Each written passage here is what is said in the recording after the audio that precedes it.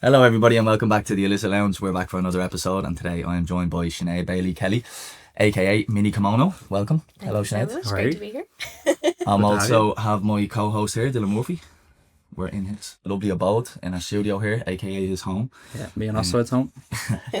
Anyways, welcome, Sinead. How are you? I'm good, thanks. I'm good. Thanks so much for having me on. No I problem really at all. appreciate Thanks it. very much for coming on. Cool thing to do. I suppose just for anyone listening, anyone that might not know yourself or doesn't know your background, do you want to just give us a little rundown? Yeah, of Who you are course. and what you do? My name is Sinead Bailey Kelly, and I'm one of the co-founders of an event management and creative agency called H&G Creations.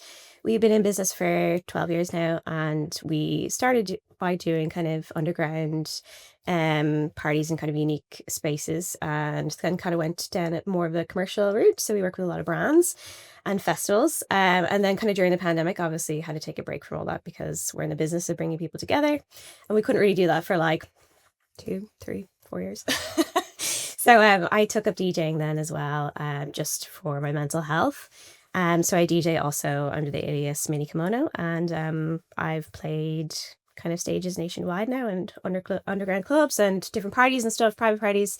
So yeah, just a little bit. I do a little bit of everything. Brilliant. That's great. So look, it's going to be a good chat, I think, because Yeah. we're going to get a lot of perspectives, of course, not just as a DJ, but as an event manager, as an event creator. You've had your fingers in a lot of different pies and different realms So many within pies. the industry. So you're very welcome. Thank you. Dylan, do you want to kick Yeah, us off? well, I've been fortunate enough to be friends with you now for quite a number of I years. feel like I've known you since you were like 16 or 17. Yeah. I still feel like he is 16 or 17. Quite a number of years now we've been close friends, which I'm very fortunate to be able to say that. But yeah, I've definitely been at your events, I think before we were even friends. I think the first time I met you was actually at one of our Definitely. I might have parties been in in Loch Loch Crew, Crew, maybe? yeah. Locker is a great space. They wouldn't have been your earlier events for sure. You were definitely like up in prime at that time, but definitely been at your events, seeing how you do things and the kind of decor, the ethos, and like how you've gone about things all the way until obviously COVID and seeing you then blossom as a DJ. So I've been fortunate enough to actually see what you've done and actually experience it firsthand as well. But yeah, your events were always very different. They're always like they stood out, and like it's always one thing I think. One thing. Myself and our crew have always said, is there any going to be more events? Is that ever going to be a thing again? Because they were very just, you didn't really get much else like that. Like they're definitely unique. Yeah, for sure. But yeah, buddy. they were definitely one of a kind. Yeah. No, I really appreciate you saying that. And like, I suppose like myself and Dee both came from, that's my business partner. Of course. Good old DeAndre. Good old Deandra and Shout out. Dee Young. So yeah, shout out to Dee Young. She, we kind of met in a gallery space, I think in 2012. So like basically I was working in hospitality for years and years. And while I was in college, I was putting myself through college. So I was working hospitality. And I then quit my job, I think when I was like 21, because I was friends with a guy named Neil Burke. You guys probably know Neil. He runs a events company called Archetype. Okay. Yeah, and they do a Well, lot of work with Guinness Storehouse, Everything now. District X. Yeah. They've kind of helped bring Life Festival to They just life done the every Luke year. Kelly Festival, is that correct? Last Yeah, week? correct. Yeah, They they do a kind lot of of work do with DCC. a lot of broad things. Sorry, just to stop you. You Yeah. came from Canada here, is that Yeah, correct? yeah. And you started working here first, doing events Yes. first, or you just came over on a limb, or So I came here when I was 15 to meet some of my family because it was Okay. my, I think it was my auntie's wedding or something. Right. Because my mum and dad are both Irish. of course, I had the pleasure of meeting them Yes. Christmas. You met them a few. No, have you met them a few times? Once or then? twice, but the Christmas Eve just gone, we have our Lord Edward tradition over across the way there, and you brought your mum and dad, and it was my first time actually getting Yeah, to chat funny. to them properly around the table and sit down. Yeah, so it was lovely. funny. Yeah. I was actually, I'm glad you met my brother and his Yeah, partner his as well. Like fiance. the whole family were for. This fiance now. Yeah, no, it was good. It's good to see your. Obviously, we all know each other, and like we always like hear about our families, but it's good to meet them and Yeah. see where we all come from. You know. I was so glad because like you guys are my chosen family. So like, Yeah. it was so nice for my chosen family to meet my actual Yeah, family. no, for sure. Yeah, Definitely. although my dad coming in and being like, "Hey," and everyone's like, "Who is this guy?" Yeah. But they're very like you, Yeah, very like yeah. just not afraid to talk. Just Yes. like the minute we chatted to them, it was just like, all right, grand. Yeah, this is like there's no awkwardness. It's just Oh no, they're great. yeah, they're great really crack. great. I can see where you got it from. They're good. Yeah. But they're mad in their own right. But like yeah. So I grew up in Canada and Was there much music influence over in Canada growing like up? not really. Like I'm literally small town Canada. Like lived in a big city, but then moved out to like literally like the suburbs of the suburbs outside of Toronto. Okay. So like population 20,000 people, like really really small. Mm. No really no crack at Right, all. okay. Like literally minus crack. Probably. Very wholesome. Don't get me wrong. Very grateful for like my upbringing because it was super wholesome. But like my music influences fell to me from like my mom and dad. So it'd be like the likes of like Sinead O'Connor, the Talking Heads, you know, Psychedelic Furs, like really cool kind of like 80s synth pop stuff. And then like just quintessential like Irish heritage kind of music as well, because obviously my parents were both Irish. And then sort of like growing up in like that space, it was very much like emo, screamcore, rock. That was it. Like that was the buzz. Like that was all you were getting. And I'm like, I would go to sober gigs. So like I could drive. I had my license when I was 15. I'm like, you need a license to get anywhere. That's very basically. normal in Ontario. Say you pronounce Ontario. Yeah. In Ontario, like you need a license to get anywhere, to have a car and drive anywhere. I drive my parents' van, and I just go to like sober gigs with my friends. So at like 15, 16, I was kind of going to like screamcore gigs on my own with my mates. And what was your first I don't know, like exposure to like electronic dance music then? Through movies. Through movies, okay. Through film, yeah. That was my only exposure to like a world of culture outside of where I was. Yeah. So like the likes of like, you know, the kind of club scenes in like The Matrix or Blade. Blade. Just the soundtrack in them. Yeah, the soundtrack's amazing. of Or like course. the likes of Some of the best parts. Just the energy in it, Hackers was like the first time I ever Hackers, heard yes, that's Orbital. what that opens with that song Little Fluffy Clouds. Yeah. That's like the opening like track when he's on the plane looking out the window. Yeah, I'm pretty sure that's what that's from. Like it was the first time I ever heard Halcyon. Yeah, Orbital. Yeah, that's in there. Or maybe that's the opening track to that I one. thought I that can't was remember. so iconic. Yeah. It's like the like flying over New York City and it's like Orbital Halcyon and I'm like, oh my god, what is this music? Like it's amazing. And then like the likes like human trafficking and stuff as well. But that was my only exposure really to like So music. was it not until you came over here then you were like going to live electronic events? Pretty much, yeah. Right. Like I did like a band called Death from Above 1979, and they did then make a side band called Mastercraft, which were quite electronic. But like even at that it's not like the music that I would listen to now, you know. But like have to give credit to like where credit's due, and I definitely respect all of the influences that like came my way as I was, you know, to where I am now, I suppose. Like everything directs you to where you need to go. Like, You've always had a great taste in music though. Even Thank you so before much. like you were DJing, like your events definitely represent your taste of who you were booking and the style. You've always had like a very good taste in music. Thank you very I think we all kind of, anyone that kind of is into similar stuff that will just click sing. I suppose getting into your events, like, I suppose let's delve a bit deeper into that. And like, what's the ethos behind H&G and when you do throw your events, I suppose, because a lot of the time when you look in an event, it's always the lineup and is really the main showcase, whereas your events are a lot more unique and different. I suppose, what is it that, what is it you use to sell to the audience or to really sell your parties? What do you? Yeah, no, totally get you. And appreciate the question. I think, like I was saying, because I came from like I quit my job in hospitality when I was 21 to work with Neil Burke from Archetype, and we ran a gallery space called the Little Green Gallery, but it was also a rave space at night. So it was like gallery during the day, rave spot at night. Where was that based? That was the Little Green Street. Okay. Yeah, so just on the quad of Little Green Street, and you know where the 1661 pub is, like the real 16, cocktail place. Yeah, cocktail It's like bar, yeah. right across on Okay, the cool. corner. Okay. So like that was like a late night spot, very low key. Like the guys ran all the club nights around the city, like, and then the after parties would kind of usually be in the gallery. So that's kind of where, you know, I kind of got exposed to like, okay, I like bringing people moments of joy, joyful experiences, but I also want them to be like really curated, and I want people to feel like they're safe and that they belong. And because me and Dee both come from gallery backgrounds, you know, you want the event to be a piece of artwork as well. And when I say artwork, I mean like you want people to feel something.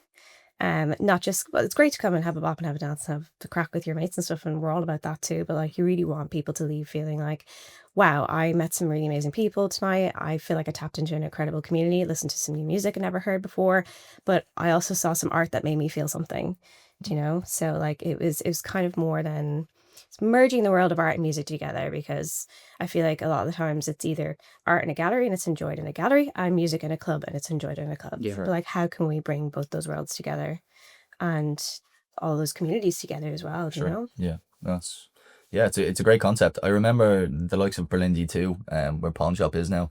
Again, they used to run little events that what was the name of them now? The art battle. So essentially they'd have a DJ on and they'd have like 6 different artists and they'd have up in the wall canvases and they'd all like have a certain amount of time to do a painting and stuff and then everyone would vote at the end of it. But I always thought it was a cool little merge of again that art and because the only thing, as you mentioned there, you see, you go for a bop and stuff, you might see some visuals and stuff like that, but that's kind of nearly the full extent of where you get art at events. But yeah, no, it's definitely a cool concept. And what else, like when you talk about getting to experience new music and stuff like that, is it primarily electronic DJs or did you have live bands and stuff like that at the events as well? Kind of a mix, I suppose, but everything was kind of generally veering more towards an electronic kind of music. But we try to offer like a few different spaces. So like it was always about bringing art and music to strange and unusual locations. So like we were always on the hunt for very like unusual venues. It wasn't really, very rarely do we ever really use like a club space, or like a quote unquote event space or whatever. We kind of go to like old like I don't want to say like castles, but like old, like really like old Georgian buildings or whatever, and we kind of have a few different areas. So like maybe we'd have one area would be more like a disco house, one area would be more like techno electronic, and then we'd always have like a chill out space for people too, with our installations dotted along the way, you know. Cool. But very much I think the chill out space I think is something that a lot of events are missing, because you know you're cramming people into a space for like 4 hours of intense like dancing and socializing and overstimulation, you know. So like, sure. it is great to give people that space to be like, hey, I can see that you're not feeling well, can we just pop you in this we call it a cuddle puddle, like, but it's just like full of blanket forts and just blankets and hot chocolate and all that kind of crap. Definitely spent a few hours in there. Yeah, like if they're very wrecked, we put them into the EMT and there's a bed and we're like, just get into the bed with the EMT. He's not the guard. Sure. He just wants to make sure. It's definitely something events are lacking. Like me and ourselves have been in clubs abroad together and we see it there of like how there's areas like that and there's like whatever, like even in clubs over here you're lacking the free water thing where I put and they tend to go to do with free water. But yeah, like it's something that you have done. I was given an area to just go chill out for, and even if you're not in a bad way, just go chill out and relax, and like, you don't have to overdo it. Yeah, you don't have to go overdo it. You're here for 4 or 5 hours, whatever. Maybe your events might have been a bit longer because they're probably events and they might start earlier or whatever. But yeah, you always get like just an area to go chill out, to go chill out for half an hour, go talk to someone new and chill out and come back when you're feeling like whatever. Yeah, it's definitely something that's lacking over here. Like even in like a smaller space, we'd always have like a blow up kids pool full of like teddy bears, and we're like, right, if you're not feeling great, it's like drop your kids to the pool. If you don't want to look after your friend for like 10 minutes and you're wrecked, just put them in there and it's grand. We'll keep what was the That's brilliant. I think it might have actually been the last event you've done. I can't remember where it was. We just had a ball pit, a silent disco ball pit. Yeah. Where was that event? That was in Richmond Barracks. Yes, that was last Halloween, roughly. That was, around Halloween 2024.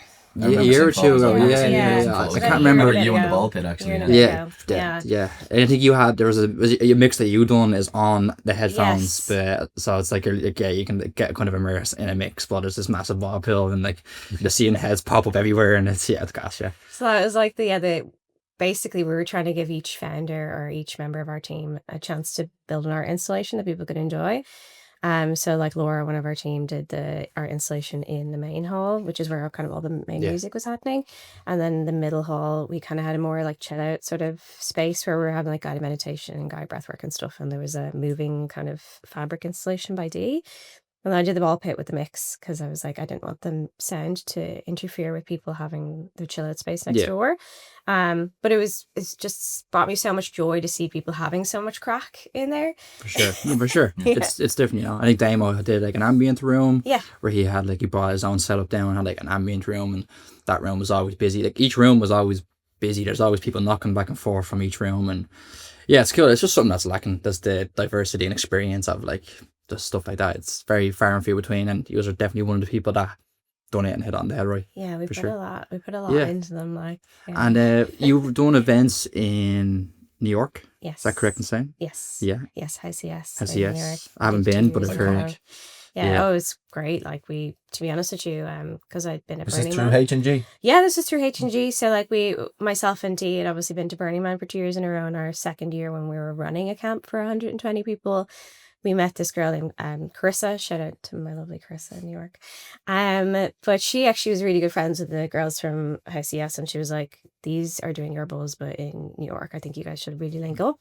And I was trying to think of a way that I could do a 60th birthday party for my dad that it would be easy for him to go to, because it's only an hour flight from were they Toronto. there? Yeah. Oh, okay, I didn't know that. So we Right. were actually went with Class. the intention of, like, I think we were all like on the session once, and we were like, how can we do a birthday party for my dad? Because like he never gets to come to any of our events, because obviously they happen here in Ireland. Was that the first time? Yes. You've done it twice? Is that Did correct? it twice, Cool. yeah. Cool. So the first time we were actually, funny story, we were double booked, I think, with their monthly fetish night, but we'd already booked all of our flights and everything, and had our installation like lined up to do. And they're like, "Oh, you know, we've double booked." I was like, "Listen, it doesn't matter. We just do whatever you guys want to the style that you had in mind for this, and we'll make sure the music is curated to the what you had in mind too. Let's just make it work, because everyone's flights are booked. Like, we're coming." And like, "Okay, cool. Let's do it." Right. And I'd never been to SCS, never done a site recce, didn't really know what it looked like, because they're not huge on taking pictures of everyone in the club, just for privacy.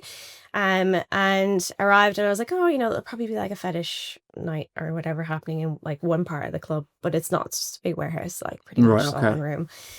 So It's my just parents have come to a fetish night, my dad's 60th That's birthday, gas. and I'm like trying to tell them it's That's- fancy dress, and I'm like, what can I get them that's like not too risque? I got my dad like a fishnet. I don't think top, that's and my something mum, like, a many silk, people can like, say they've done, is bring their parent to a fetish night. It's just one room, that club is a whole just one. So it's like kind of like a little entrance area where there's a bar and a toilet, but then when you get into the main room, it's just one big room. Now they do a great job of it, as in like they have like hanging cages and suspended swings. It's very much like a aerial acrobatics and like circus team. Get to It looked very. It's I seen class. videos of Sam, Sam Yes. Boylan, playing at the event, and yeah, like that. It looked like a Cirque du Soleil type of vibe, and people hanging and things. It's like if Cirque du Soleil did a It nightclub. was very like, good. It's kind of it like looked, that. it looked really nice.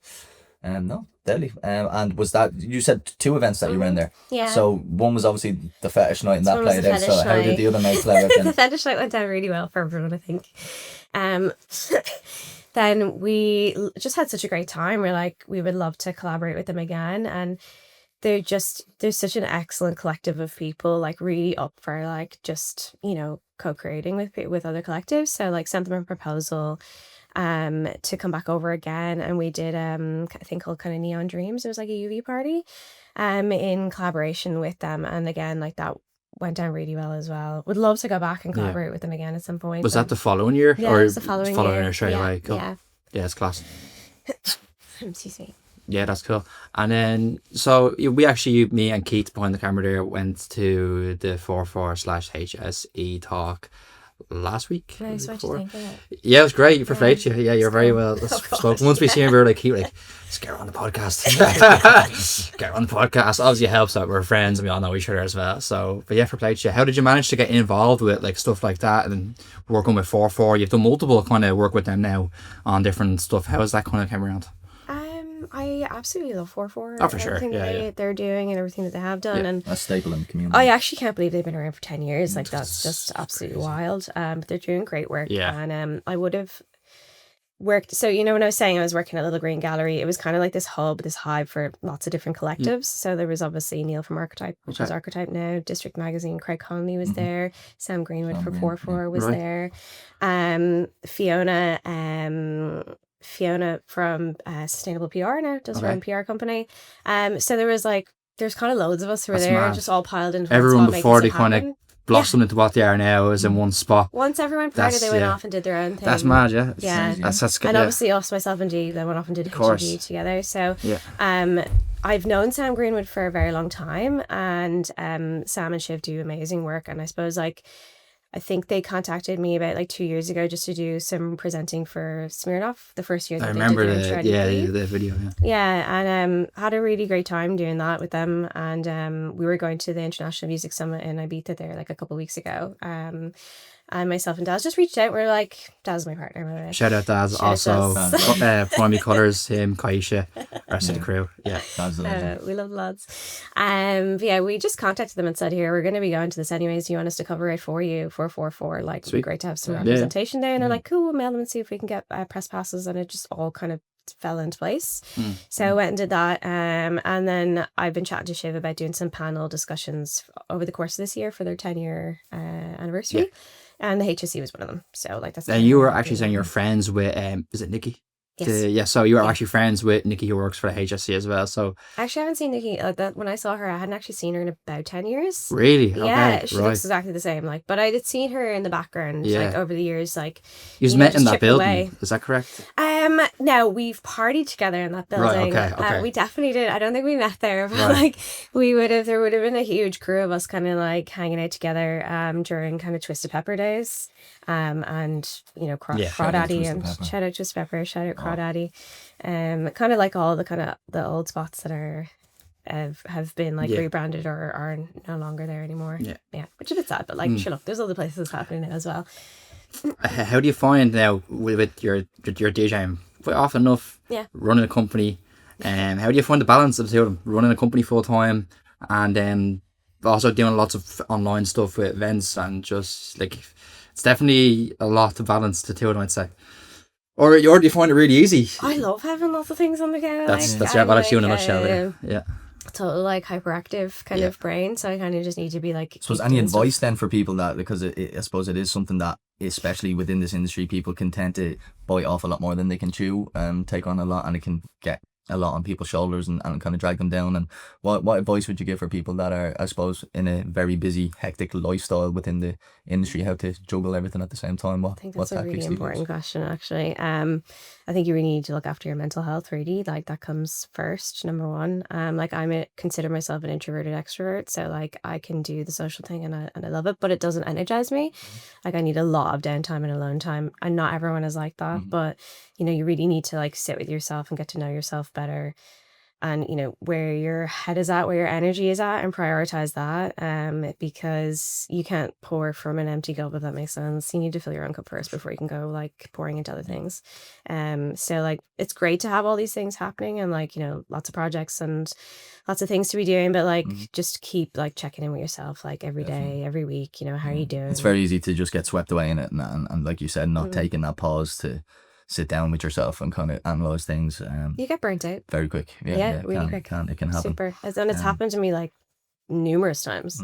Gotten super burnt out, but like then you just have to kind of like pull back a bit and just keep filling up your own cup, and then when you're ready you can come back and give the output again, you know. Any suppose the word would be muse, but what would you where do you find creativity? What sparks your creativity? Because your job would be quite demanding in terms of creativity, and you have to always be, especially with the type of event that you throw, your decor, you obviously want to try and mix it up each time, and you want to, so yeah, how do you keep your creativity flowing? What sparks it? Yeah, like I suppose I'm just constantly looking at stuff. Like Keep when I'm yourself not doing inspired. things, I'm looking at things. I'm always observing, and like I think it's really important to keep going to like cabaret, burlesque, drag, theaters, galleries, club nights, festivals. Just keep going to everything. I'm in that world a lot anyways, but like keep observing, keep looking, like because like that's kind of how you keep refining your taste Of course. and curating like what it is that means something to you, and then how you can then take that information and translate it into something that then becomes like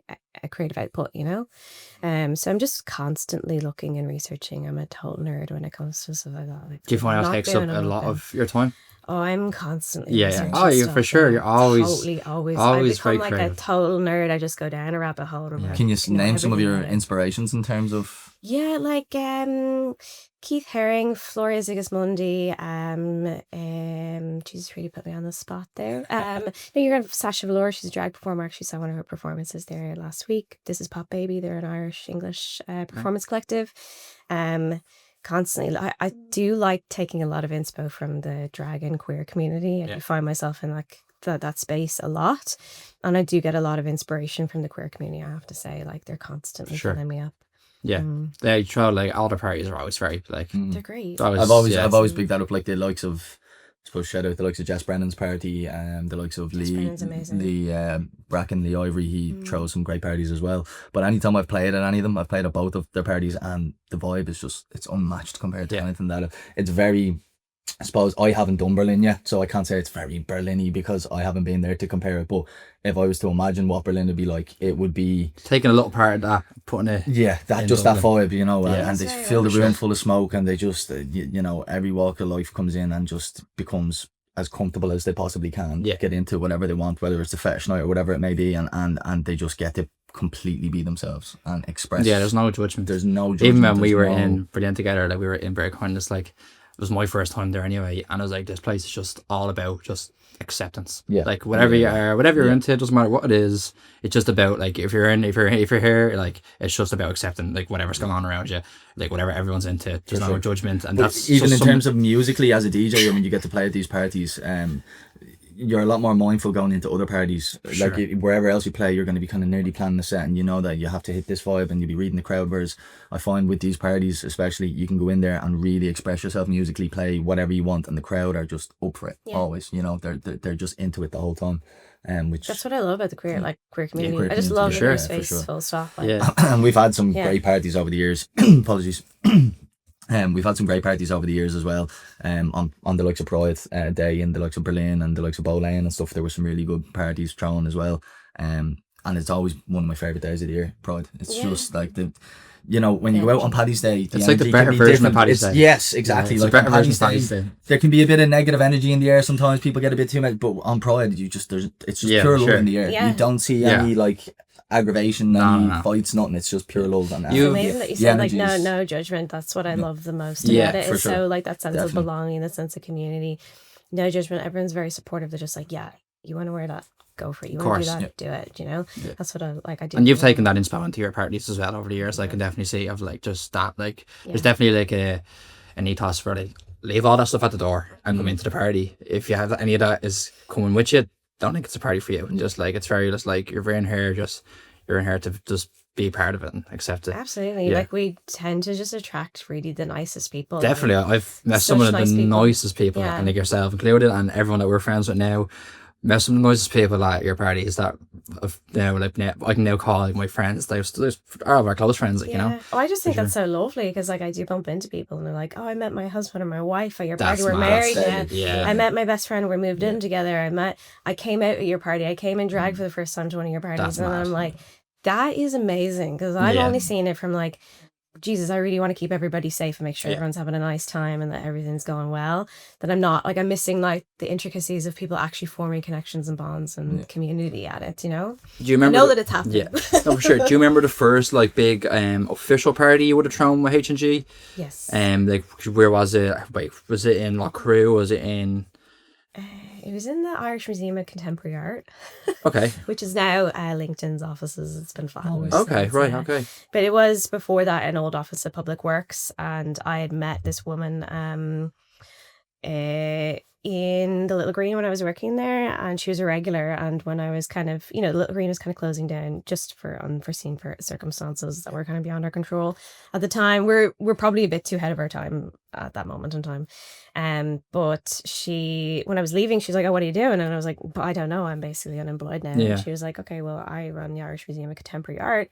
Do you want to come? I'll give you and do you a free studio, and you can run our social medias and our bookings for us. I was like, absolutely, sounds What great. year would this roughly be? This would have been 2013, I think, or 2012, Right. 13.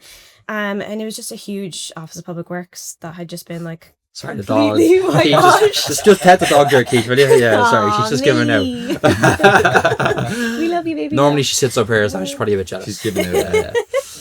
But yeah, it was like a completely like disused like industrial warehouse that had been done up into like I think 60 or 70 artist studio spaces in a massive gallery, and we're like, let's incubate H&G creations here, like, so we did like a late night art party. And sorry, I'm gonna bring her up. Where did the name come from? H&G. I know what it stands for. But It's hunt and gather, but we had to abbreviate it just for legal reasons. Okay. Yeah. Cool. I No think worries. someone else had trademarked everything as hunter gatherer, so we just abbreviated. And how did you and for anyone who doesn't know, how did you and Dee meet? And where did the decision of let's make a company come from? Like how did you just meet, and where did that come from? If you can touch into it. Yeah, of course. So we met at the Little Green Gallery. At the time, like I said, I'd left my job and I was working with Neil. I was running this gallery space during the day, and the lads were kind of, using it as like a party spot at night. And like that's how it was working for us. It was our offices as well. Yeah. And we were getting so busy that I was like, right, I need help. So I put out just an ad on Gumtree. If you're not familiar with Gumtree, it's like the Irish version of Craigslist. I don't Haven't really heard think anyone Gumtree uses in a that while. anymore. I haven't heard that word in Oh my ages. God. Is it still a thing? I have absolutely no idea. I haven't put anything on it in years, but like that's how I met Dee. I put up a link for like I was looking for an intern to help me with the gallery. Dee came in one day and I was chatting to her and I was like, nah, this girl is amazing, like, you know. So we were working in the gallery together for like about a year, and then we were managing the gallery. Kind of moved to, you know, the Christchurch Inn, or it used to be like the craft beer market on the corner on Thomas Street. That was like the second iteration of the Little Green Gallery. So it was like a pub, cafe and gallery space. We were managing that together for like 6 or 7 or 8 months. And then we obviously moved to the Irish Museum of Contemporary Art. But when we were leaving, we were like, you know, what do you want to do? Because we're in the middle of financial crisis, so there is not really any jobs or opportunities. So like at that moment in time, you kind of just, there wasn't anything, so you had to just make your own opportunities. So I think we both agreed that we just wanted to keep bringing people moments of joy, bringing people, like creating things that make people feel something, and also, you know, bringing art to unusual places, because I think a lot of people felt uncomfortable in gallery spaces, like they were an outsider and they didn't belong. Well, that's how I felt in galleries anyways. I mean, if I felt that way, I wasn't the only one. So like that's kind of how H&G was born, I suppose. We just wanted to bring people joy and art to unusual spaces. And it started in the Irish Museum of Contemporary Art. Class. And you do a lot of decoration with H&G at events, and you do the Guinness Storehouse. Guinness Storehouse, yeah. You always do that every Christmas, and is it Christmas time? Yeah, every Christmas. Class, yeah. Yeah, no, it's good. So like that's kind of how we fell into what we're doing now. There's a more commercial aspect to our work. Like we started underground, and like I was saying, that like it was during the financial crisis, so there was no opportunities. So you just had to create your own opportunities. We were very much firm believers of just like make something out of nothing, you know? Yeah. Very scrappy, like bootstrapping. Still kind of are, I suppose, but for like it's a hard industry to become so self-sustained and to be able to create an income for yourself and obviously your partner as well. So yeah, like it's fair play. It's a hard industry to break into. Thank you. I suppose that's where like kind of commercial work comes in, because like we were just doing these parties because we wanted to just follow our joy, you know, and bring people joy. And a few people from like PR companies started coming to our events, and they were like, oh, this is amazing. Can you do this for Hendrix Gin? Can you do this for, you know, my other companies that I have that are my clients? And we kind of just sort of fell into what we're doing now. Now we've become, I would like to say, like experts in our field, but it's purely just from trial and error and experience. These are definitely experts in your field. Like just, like for sure. Your events, the decor, like even at festivals, like the areas you might decorate, you can like, you can tell you care about what you're doing. Like definitely, really you do care for sure. You care about everything. Like, and there's always like, it's always very professional looking, and like the vibe of it is like, yeah, it's very thought out. When you were setting up parties at the beginning, was there many parties going or at the time, like similar to yourselves, or did you just kind of see there's a gap in the market here, we can kind of jump on and do these events? Like, is that something that you were thinking at the time, or? Not really. No, like, just Dee comes from a ceramics background. I come from a photography and graphic design background. Like, we are not business people. Like, we're not strategists. Well, then we weren't. I would consider myself a business person and a strategist 100%. Now. Where did the marketing come from then, I suppose? Like, in terms, that's always a very important part of that industry, and I suppose of any business is your marketing. So coming from such different backgrounds, I suppose, where did you find that balance to get, like, what tactics did you use for marketing to hit the right people, or was it more so the PR companies that really helped kind of boost that? For like when we're, I suppose, doing an event for just the community, I suppose it's marketing is just storytelling. So like I love storytelling and I love visuals and I love graphic design. So that all kind of like fell into that. I was very good at like promoting stuff because like I used to run, like I've basically been in events and promoting things since I was like 18. So like I would have run pop-up gallery spaces in Twisted Pepper. That's how I met Neil when I was like 18, 19, you know, I was in college. So I kind of got a hang of things from doing that.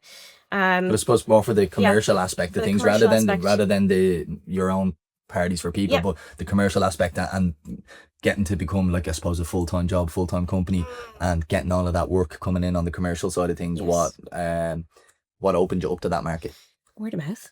Yeah, referrals. Like 90% of our business is word of mouth referrals. We just make sure that we take really good care of our clients, and that we're doing like the best job that we possibly can do. Once you do good work, like do the good work, and the referrals and the business will follow. I'm very grateful for that. Like, well, there you go. It's pretty simple, because people get so wrapped up in marketing and what's the best way we can, and it really does fall down to just doing your best work, and people appreciate it, and spread the good word, and do the best you can, the business follows, and be sound. But you're very professional about it. Even not like just the events you've thrown, like yourself and they, like, you just won't be having a drink until the work is done. No. Like, you're very professional. Like you make everyone else is obviously having a great time, and not you are having a great time working, but you're very professional about like everything. It's just like, how can we make this the best thing? How can we be more real professional about it? And then we'll enjoy ourselves when it's time is right. But for sure, like your professionalism definitely, I say, brings back work through other people as well that you've had, like, Well, it's all about reputation, like, Big so time. like it's our reputation on the line, but it's also our client's reputation on the line. For sure. They're trusting us Yeah. with their brand or with their client or with their, activation. So like, I want to make sure that their reputation is upheld. It's so important to me, because it's important even for my own reputation as a business to keep doing that, do the best job that you can, and like I said, just be sad. Yeah. Can we expect any more parties? Is there anything else coming up? It's always what everybody wants. You haven't been? Have you been to one of her parties? I haven't. That's hence why I'm asking. I want to go and check. Always just different. When was the last party you had? So we did our last party in, I think, October 2024, and then we did so it's been a gap since. Yeah, we did a dinner / kind of like theatre performance in also April lovely. last year. That was nice. So it's been about a year since we've done one, but like, they cost us money. Like, we don't make money on them, and then they cost us money as well. So we know from events standards on our side how it goes. I can't imagine the level that you do it. It's a different level completely. It's because we're working with corporate clients, so we have that standard of like a corporate like level of standard, and we want to apply that to like our public events, but we don't want to. We want to make sure it's accessible for people. Like, I'm not going to turn around and be like, oh, it's €70 for this party. Like, couldn't do that to people, Try and make it as affordable as possible. But that means that, like, we're subsidizing a lot of ourselves. We've never gotten any funding from the Arts Council or anything. So we basically do, we're doing the corporate, and any profits that we make from that, we pour into then, like, our public events for our community. And it's great to kind of be able to give something back to the community and for people to enjoy themselves. And then, like, you never know, they might tell their friends, I was at this amazing event. And then it might end up turning into like a referral for us, which is amazing. Like, when it's just all a circular economy with our community, which is great. But like, I suppose we haven't really been in a position time-wise for the last while to really sit down and think about that. Not to say that it won't happen again, but like at the moment we're quite focused like on our clients and stuff, and just kind of making sure we're doing a good job for them.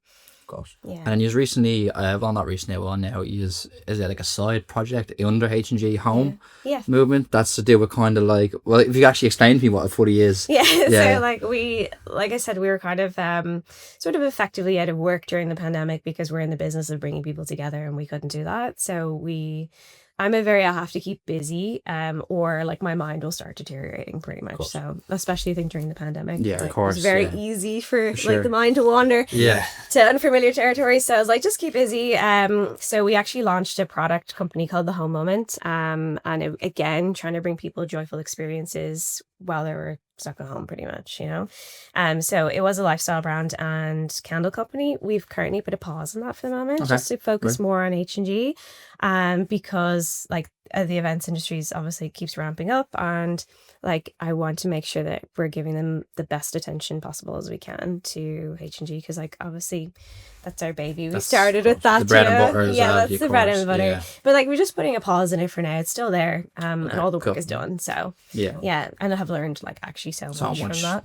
Which has been amazing. I'd say it's a whole different learning curve and project completely. It's product, and we're like a service, Yeah, for sure. So I suppose moving away then from all the talk about being an event organizer, and let's delve into you being a DJ. You kimono. Yes. How long have you been DJing officially? I think 4 years. I think my first gig was just as we were coming out of the very last lockdown, I think they had postponed a gig. And you remember Index, the old Index in the 3940. old- I remember that night. We were all planning to go. yeah. 3940 over. Was in this Down. Yes, that's one. I remember being at one of them and you were playing at one of them. Was Yeah. this a different one that got postponed? I think that was the one. It was like Hector Oaks. Hector I think, Oaks. Was downstairs. Steve Flynn Yeah. on that lineup as well? was, yeah. He was playing after I think me. I remember. I don't know. Yeah, I vaguely remember that. I was either there or that was one that got postponed. I can't fully remember. All the gigs become a blur after a while. Oh, good. Yeah. Yeah. Especially around that time as well. I think everyone was like, woo, let's go. For go, go." sure, Yeah. definitely, yeah. For sure. Right of the, What's right of the your gap. what's your taste? I suppose. Like, would you consider yourself a multi-genre DJ, or would you really focus on a primary kind of sound? I love house music. Yeah. I love house music music, so yeah. much. Yeah. Love house. I'm open to like all genres of music. As you can see, like I grew up with like Sure. 80s synth pop and screamcore. Like those are just such like So different. So as well, different. Yeah, yeah. so different. Variety is the spice of life, as they say. This is it. So like everything pointed me to where I am now. But what I really do love is like house music, like slamming house, jacking house, Chicago house. You know. Yeah, your sets are always definitely funky, Yeah. jacking, for sure. Yeah. Yeah. Any standout sets that you really appreciate, or I suppose look back on and are glad they happened? Because I know you've had some really big enough slots over the years. You've played at the likes of the Smirnoff stage at Electric Picnic Yeah, yeah. and a few other That big was stages. fun. That was really fun. It's a That great was stage as well. so. Slightly terrifying, but also very enjoyable. Yeah. No, it was great. I think Smirnoff is probably one of my favorites. But also like I do love the more kind of like intimate gigs as well. Like I think I love playing at Mother. I just love the crowd. I was actually there about to so say, you much. played the- Love Touch Mother. onto that. Have you Yeah. played the Block Party? Have played the Yeah, Block Party. Always an amazing buzz. Like I said, love the queer community and love to be able to contribute something sure. back to them. Yeah. Because they've given me so much over the years. Is Mother still based over in Lost Lane? It is, yeah. Yeah. Just making sure. It's still I've loved Mother through every iteration. Like I feel like I've been there since the beginning. I Right, just okay. love Mother. Yeah. And then like I've DJed a few private parties. I DJed we built like a Studio 54 kind of replica club for a client, and then I DJed for like 7 or 8 hours of that. It was Class. really Was fun. that No, it recently? was just like pure disco. Yeah. That was April or May last Class. year. Yeah. Really fun though. And that I was like a private I feel, event. Yeah, I was like, I feel like I'm DJing at Studio 54, Class. which is wild. 'cause, Yeah, yeah, like, you know. That's Big class. inspiration. Yeah, for sure, definitely. That's so cool. And you're playing Beyond the Pale. Is that next week or week after? It is next week. Next Yeah, week? next week. Okay. Yeah. So you're playing down there on Sunday? Yes. With Primary Colours. Yeah. Class. Bringing the love ball. Yeah, and you've been there like last 3 years? I think this is our 4th year. doing You've it. always gotten a great crowd each year. Yeah. Definitely. Yeah. Yeah, the crowd definitely hasn't got smaller each year. At the We've been gigs. very lucky. Yeah. Yeah, it's we've definitely either blessed. been on par or busier. I've never Yeah. seen it smaller, which is great to say. It's funny because like it usually rains for the weekend, and then me and Daz, my partner, will be like in the tent, like fucking praying to like the rain gods, and then we'll come and we'll play the set, and honestly it's the meant to be clouds a will just scorcher. part It's and the meant to sun be- comes yeah, out, but it's going to be a It's meant to be a scorcher. scorcher this Yeah, year, the yeah. weekend I coming. really like. I have like so much like well wishes to send to Beyond the Pale. I think that they're just absolute grafters, and like I really hope it sells out for them this year. I really do. Like, Yeah. and if it doesn't this year, I think it will next year. Yeah, for Yeah. sure. No, It's always they'll been do busy. something Like great, yeah, we've been the last 2 years ourselves. I'm actually I'm gonna head down Sunday to catch yours ourselves. Amazing. Yeah, but just for the night. But yeah, no, it's a decent festival. Yeah. It's Yeah. not far from home. It's not even It's class. It's just like what else could you ask for? Yeah, Like 45 sure. minute drive from Dublin, and like Yeah. has everything. And Wicklow is like magical. Yeah. Yeah, it's. I'm due to go. I still haven't been. I'm going to go. I might actually check it out there. I might go down for a night or two next. You've also played at Finno for the last few years as well. Yes, love that. You So kind of fun. played a like majority, Oh, not festivals majority. are my natural habitat. Though. Yeah, of course. Whether playing at them or just at them, it's definitely your habitat for sure. Yeah. They do something to your soul, don't they? They so heal healing. your soul when you're Yeah. there. But you've ran stages at festivals like Electric Yes. Picnic. You sort of back when it was the Body and Soul area. Now it's the Cree area. Yes, Body and Yes. Soul. Actually, hold on. Who else? We did a lot of work with Life Festival when it was around. Okay. Yeah, we right. actually had a stage. I think 2013, 14, and 15. I think we had Right. a stage at it. That's actually where I met Daz, my partner. Yes, you're about to For that say you festival. met Yeah, down festival. there. Yeah, I That's managed the stage he was playing on, so Gas. I was managing the stage, and I was like so so tired like that day, Yeah. and I remember coming down, I was so grumpy because I was so tired, which is not like me. And I was doing sound check for these like two mad jokes, which is Kai and Daz. Yeah. And like I was just not in great form at all, and we're doing sound check, and then they started like playing the music, and the music's amazing. It's like really uplifting, Yeah. like house with lady vocals, and just like this whole swarm of people covered in rainbow like body paint just came in, and I was like, oh, this is absolutely Burst of energy. great. Yeah, definitely. Yeah, and then I met him then the following year, and actually we've just been together ever since. That's gas. Yeah. It's funny, isn't Full it? circle. You two meeting at a festival. And then he to now. proposed to me at Life Festival. Yeah, I But- wasn't sure you wanted me to say that. We were all there that year together, and I think we didn't see us for a few hours, and we're like, "Where's that in Sinead?" And like next fall, like 3 hours later, they came back. She was like, and I was like, "Fucking hell." So funny, That's- isn't it? Yeah. Total like full circle. 'cause That would I have been the love last life. That was the very last life. Very last life. Yeah. Yeah, I remember. Yeah. I loved Life. It was great. That's great. Yeah. Yeah, it's great. Definitely, yeah. I just love that everyone was so like non-judgmental. Like you could just be and do whatever you wanted, and people were like, Yeah. wouldn't even bat an eye at you, you know? Yeah. Wow. So what's your favorite festival you've been to so over the last while or played? Or sorry, actually, you've done work at Burning Man. I've done work at Burning Yeah. Man. How did that come about?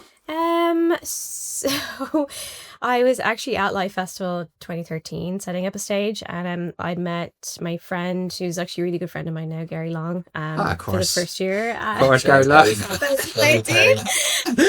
Yeah. Good old Yeah, Gary Long. shout out to Gary. Yeah.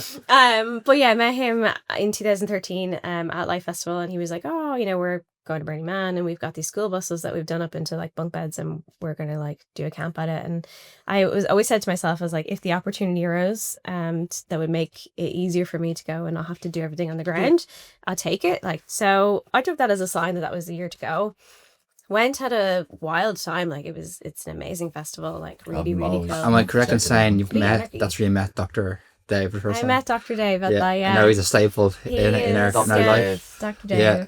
That's a gas What an place. icon. That's a gas place to meet someone, and the next 5 years are like Aussie He was great so funny. friends. I did not talk to him the whole festival. We were on Oh, really? different circadian rhythms. Yeah, like he would just get up in the morning and like he'd be wearing a head to toe matching suit with like all shamrock That's prints, all I remember. rainbow prints, all like cloud print, and he had a matching umbrella to go with Yeah. it. And he'd get up on his bike and he'd cycle off into the sunrise or the sunset or whatever. I wouldn't see him for 24 hours, and then he'd come crawling into the my communal area and just fall asleep in the middle. And I was like, Ah, who classic. is this amazing man? I was like, I classic. haven't even talked to him. I don't know who he is.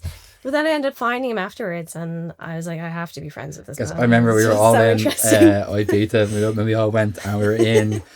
Can't remember what club we were in. Might have been Eden or something like that, or it might be even Pike. I can't remember what club. It was I think one it of might the have been clubs. Pikes. It Was was it one of the Pikes? clubs, and we were all on the dance floor. And next all, we seen these like group of people looking at him. They're like giving him like, is that Solomon, the DJ? Like, seen and then it? like next one, people are like starting to like circle around him because he's wearing like a full on suit. Like, like people are like circling around him already. Like, oh my god, that's on Dave's. Just like.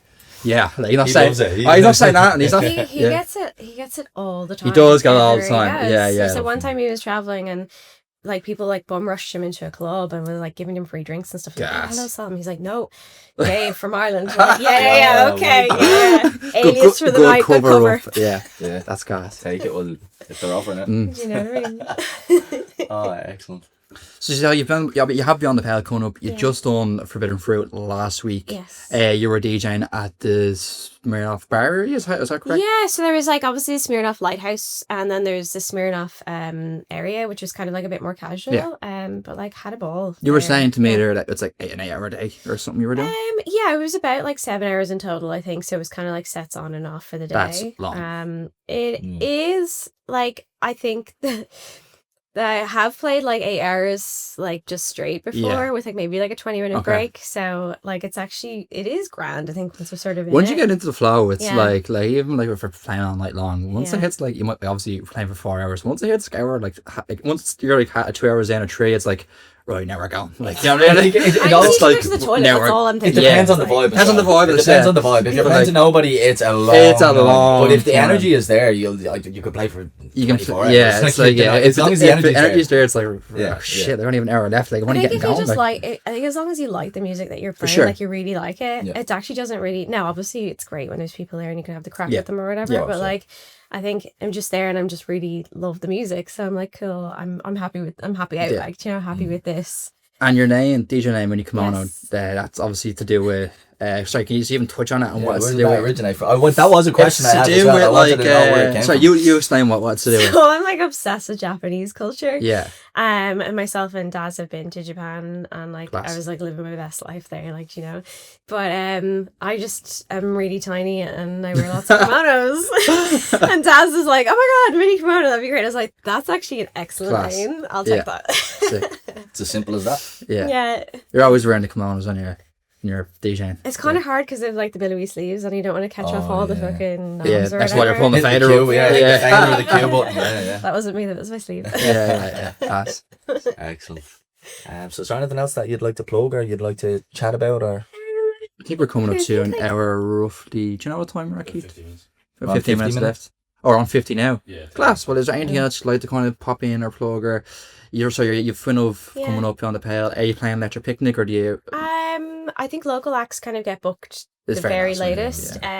And I probably won't know till like I'd say like a month. I remember or your two set beforehand. last year's EP. I think Daz and Primary Colours were off doing something else at the same time, and I came up to you, and it was kind of like there wasn't many people, and then like 20 minutes later, I was like, "Whoa, this is ramped!" Like, Yeah. love when that happens? I came up to you and we were just chatting, and I went off to get a drink then or something to eat, and I came back then. I was like, "Am I meant to walk in here?" Like, it's like fucking hell, like it's rammed, like. Yeah, that's class. Yeah, so It was really good fun. Yeah, no, that was great crack. I think that Kneecap were playing, I think maybe just beforehand. So it was like everyone that once it got finished, everyone kind of like Kinda just spread out scattered. again. Yeah. Do you know, so I got very lucky with the timing there. Like, I like it not like not to say that I didn't bring a few people myself. But No, like, you did, of course, you definitely but no, did. it was really good timing. Though. Yeah, for sure. Our timing is Timing's everything. No matter what you're in, Yeah. it's definitely Timing's everything. No, I've actually really enjoyed these chats. So thank you so much. No problem. Yeah, you're one of the appreciate first it. kind of guys like I want to get some. We wanted to get someone on that was like obviously someone we know that's easy to chat to, and someone that has a lot of experience in multiple areas. Like we would kind of like to get on more people that are in the background of the scene, like photographers, promoters, bookers, blah blah blah, not just like DJs. And you were the first person that I was kind of chatting to the lads like Sinead has her fingers in a lot of things, and then myself and Keith were at the talk last week then, and seeing yourself on stage with the rest of the others, like she knows how to speak freely. Fair play. It's been a nice chat. Yeah. Last thing I suppose I just want to ask you would be like, what would be for anyone listening? Again, what would be your advice for anyone that's looking to get into the industry that you're in? That's looking to. Do you mean DJing or as a promoter? As a promoter, I suppose, like as a promoter? company, because a lot of people that want to get into being a promoter, it's just solely kind of nearly what you do, club, whatever. But again, yours is a little bit different. It's a little bit more niche for people that are looking to get into the more creative side of things, the more artsy side of things, and wanting to become business owners. Because that's another thing that I suppose that stands out a lot about you as well, is like, you know, you've your own company, you're running it a long time. What would you suggest to people that want to kind of break away from their 9 to 5 and want to explore their creativity and kind of take ownership of it and become independent and Okay. Yeah, like I suppose it's all about the community, isn't it? Like you really want to build a community around you and find something that you're really passionate about and feel really joyful about, because you want to follow your joy, because a lot of the times when you first start, you're not going to make any money and it's probably going to cost you money, and that's something you do have to consider. 100%. Like I would probably also recommend, if you're working a 9 to 5 or you have another job, to experiment, follow your joy, find something that you want to do, pursue that, but pursue it on the side of your 9 to 5 until you've kind of cracked the code. You have a formula, you have a community built around you, where you can kind of start phasing the 9 to 5 out, and then, you know, like putting yourself in the place of only doing the thing that you really want to do that, you know, makes you happy or whatever your business. I would definitely recommend people get very familiar with, I know we're touching on marketing, but like I said, marketing is just storytelling. So like getting really good at like telling a good story, getting good on your camera, you know, getting familiar with social media platforms, building an email marketing list. Like that's so important way to like connect with people directly, not on social media, dropping fully into their inbox. And like that, just talking about what you're passionate about, following your joy, and building the community around you, until you feel confident enough that you can actually step away from your 9 to 5 and just step fully into what you love. Do you know? Like I didn't really have the privilege of that, because like obviously myself and Dee were just like, it was the middle of financial crisis, so there was no opportunities. So just kind of like grafting and getting stuck in and just going for it, you know. But I think having reflected back on that, having a little less risk so you can make more informed, less pressurized choices about what you're doing, I would always highly recommend, because it's a bit scary making decisions or choices from like being under pressure. Yeah. Sometimes it isn't necessarily the best long-term choice. Obviously having a partner like Dee that you both trust so much and can rely on. Like, you can have a partner, it's amazing to have someone behind you. Of course. Like with ourselves, the three lads are always kind of like, we always have our own opinions, try merging together, but you and Dee's are very like that. You're very seem entwined. Like it's a friendship, your friendship, business partnership. Like I say, obviously having that to fall on each other, it definitely helps with kind of everything. Like yourself, if you're on your own and you're doing it, sometimes it can be quite isolating and overwhelming. I'd say as well. Quite lonely. It can be overwhelming. It can be isolating. Your mental health can start deteriorating, and you're not even noticing because you can't bounce what you're going through off of somebody else. Well, that's important. It's that bouncing, because how many thoughts come into our heads a day in general? Too many. You can't listen to everything. How do you shut them off? There's plenty of them that are bad ideas, or and if you're trying to organize things on your own, you might go off a whim and go, oh yeah, this is it, and then you soon realize, oh, that was a bad idea. Whereas at least when you have that partner to bounce off and go, something to go, that's a stupid idea. Why, but you're right. But you need to hear that sometimes. What are you talking about? Oh, you need like the bluntness of something. Like, no, 100%. No, don't do that. That's terrible. But like, I also think it's good to like experiment. But like, if you are starting and you want to like test the waters too, I'm always like put out like a sign up sheet for people and be like, hey, I'm thinking of doing this idea. Who would actually be interested in going to this? Because then you actually have a list of people who are like, you can gauge. You can be like, 200 people signed up for that. Cool. I'll probably get 100 people to my event. Yeah. We used to be able to do that on Facebook. Remember? Yeah. Oh, click I interested. remember. Facebook was like, that's how you knew like what event was going to be popping that weekend. Whoever had the most amount of like interested on it. Like literally, like I'm so sad to see the demise of Facebook. It's also kind of getting over the fear of putting yourself out there. Absolutely. Like I think people like whether they care or like what other people are going to think or what they think about themselves, it's kind of just getting over that fear. See, put yourself out there. Whatever's going to happen is going to happen. Yeah, it's a big topic because it's drastically changed from, I suppose, like you're doing events 2013, did you say, or when did you? I've been doing events for nearly 20 years now. That is absolutely pointless, by the way. You've seen like that is crazy, Sinead. So, when I think about it, I'm like, what? Like that's nearly all my life. Like. Like, you know what it is? That's crossed my mind. Like that's nearly all my life. Like, sorry, interrupt. No, sorry. Go ahead. I was just saying, like, because we're doing illicit 10, nearly 11 years now as well, and I suppose the thing I'm trying to highlight is how drastic of a change there's been in terms of market and promotion. How different it used to be. Like I was mentioning the Facebook thing, you put out your event on Facebook. It was completely different to now. Like Dylan was highlighting there, some people find it a lot harder to put themselves out there because there's this pressure of that. I suppose that TikTok kind of style of talking to the camera and being creative with your videos, and like it's quite daunting for people. Trying to be outside even the if they box have the as well. confidence to speak into the camera and all that, I suppose it's the creative element of it as well. It's not just going hi da da da da da. It's people are, everybody's a video editor now and they're so good at it, and it's an important factor, I think, with people when they get out there. It's very hard to adapt to that. I think especially when you go from 10 years ago just doing the Facebook stuff, you have to learn how to adapt with the times. And I suppose, did you with H&G, did you find that your marketing and tactics had to change over the years of doing that as well? Absolutely. But like, we were very blessed in the sense that when the Facebook kind of era was still in its golden era, like we were collecting email addresses off people. So anytime someone bought a ticket to any one of our events, we then automatically had their email address, and so we're like, do you want to sign up to a mailing list? So like, we were trying to kind of keep doing gigs listings even when we weren't doing events ourselves to keep people engaged, because like, even from running a product line with the Home Moment, like I had 20,000 or 25,000 subscribers on that, and that's the easiest way to contact people now because advertising on social media is so expensive.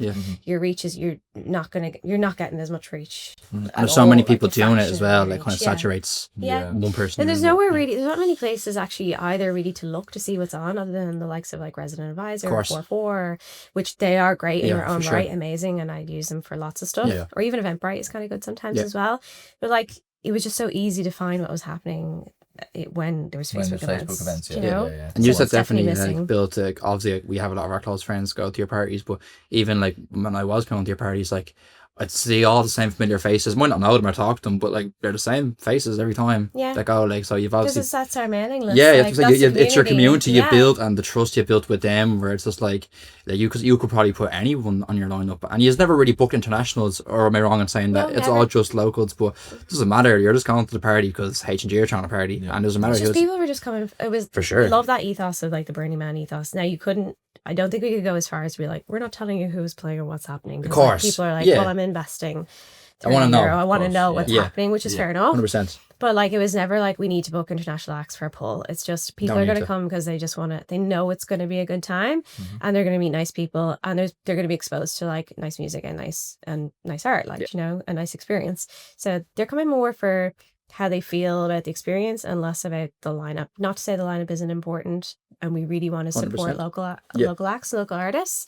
That's what we're all about. But like, yeah, it's always about the experience. It's about the like, experience, yeah, the party. yeah, For sure. for sure. I actually think that is it Omni do a really good job, and Soundmates I think do a great job. I actually only seen a video of Yeah. Soundmate. So you on yesterday? Soundmate Was was it on Orla House yesterday, yesterday? and It yeah, looked out in great. Orla Yeah. House, it looked amazing. Looked I I great. still loved, haven't gone to one They of their had that parties. really- It looks- I've been to them. I played at played one at of a them, few of them, and I've been to a few. Man, yeah, the vibe they. I've always created been meaning was to go down amazing. to one of the semi parties. Yeah. But even yesterday, like I just noticed the vibe that they created, even with the stage, it was very that UK minimal vibe. I think they had the big blinders, they were like big round, they looked like engine lights or something, and they just flash big bright yellow lights, and they had like the triangle with it. Just But it they always- really looked like a really did a good they did a really UK good job. festival Yeah. vibe. They like- also do like really good themed job. stress parties as well. yeah, at yeah, yeah. times. They always have a theme. Yeah. So Yeah. I was dressed as like Zeus or something when I was DJing. But they actually, like, we would always do fancy dress as well, encourage people to come in fancy dress because it's like an opportunity to be someone that you're not for the night. It's like that sure. element of escapism. Yeah. Maybe it might make you feel a little bit more confident about, yourself or talking to a stranger. Yeah, for sure. So, like, I love when people add that as an element to things. It's always a great, you know? great crack. Yeah. So Sinead, thanks so much for coming on. Thanks It's been a so much great chat for having today. me. Yeah. Anything else you want to plug before we I go? think that's it. Like, I just, would love to inspire people to just feel a bit more confident in themselves. Put yourself out there and just test until you find the right thing, and then go for it. Appreciate it. You've given us some great advice there, and especially for the listeners. So no, Definitely thank some you great so much. insights into things and how you go about things and run things and how you want to. If anyone was looking to take something from this, listen to what you've done and your story, because it's definitely For sure. a learning experience. You know what I mean? Yeah. So just before we wrap up, where can we catch it, DJing over the next couple of weeks or months? The next couple of weeks, I'm doing I want to call it like a mini residency in Mother, but I'll be playing June 20th and then I think the 13th of July. I don't know about the July date. I might have that wrong. Cool. No worries. But Beyond the Pale this Sunday at Love Ball 4:30 at the Sierra stage. Yep. And just probably various other spots will pop up over the summer. For sure. Yeah. Definitely. There you go. So if you're at Beyond the Pale, get down on Sunday, come and check her out. And the rest of, as you're DJing with the Primary Colour crew. isn't DJ it? with Primary Colours. Always yeah. a great show with Primary Colours. Yeah. One of my favourites. Even before I got to know you or the crew, like I remember being at the likes of Fwynn Eve and just being amazed by them. Oh, the guys are The great. bubbles and the lights. Different energy It's compared to so what, nice. you know, it's it different is, energy. No, it's for sure great. it is. Yeah, Yeah. so shout out. They're like a festival. If a band could be a festival. Yeah, listen, no, It's they cool are. vibe. They're great. So if you're down at Beyond the Pale, come down and check them out on Sunday. Yes. So that's it for another episode of the Illicit Lounge. Thanks very much for tuning in, and we'll catch you on the next one. Cheers. Bye. Cute. All good? Oh God, Cool. Nitty is. I know, yeah.